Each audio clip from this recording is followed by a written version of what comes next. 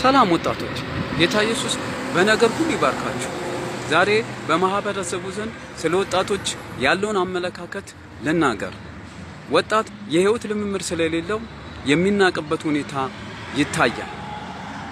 ወጣቶች በእድሜያቸው ገና ብዙ ስላልበሰሉ ዓለም ከህይወት ልምምድ ብዙ ዕውቀት ያልቀሰሙ በመሆናቸው በማህበረሰቡ ዘንድ ከፍተኛ ቦታ አይሰጣቸውም። በማህበረሰቡ ዘንድ ወጣቶችን የመናቅ አዝማሚያ አለ። የእግዚአብሔር ቃል በአንደኛ ጢሞቴዎስ ምዕራፍ 4 ቁጥር 12 ላይ እንደዚህ ይላል፣ ታናሽነትን ማንም አይናቀው ይላል። በአዲሱ መደበኛ ትርጉም ደግሞ ወጣትነትን ማንም አይናቅ ይላል። ጌታ ኢየሱስ በነገር ሁሉ ይባርካችሁ። ለዛሬ እዚህ ጋር ደምደም ያለው ሰላም ሁኑ።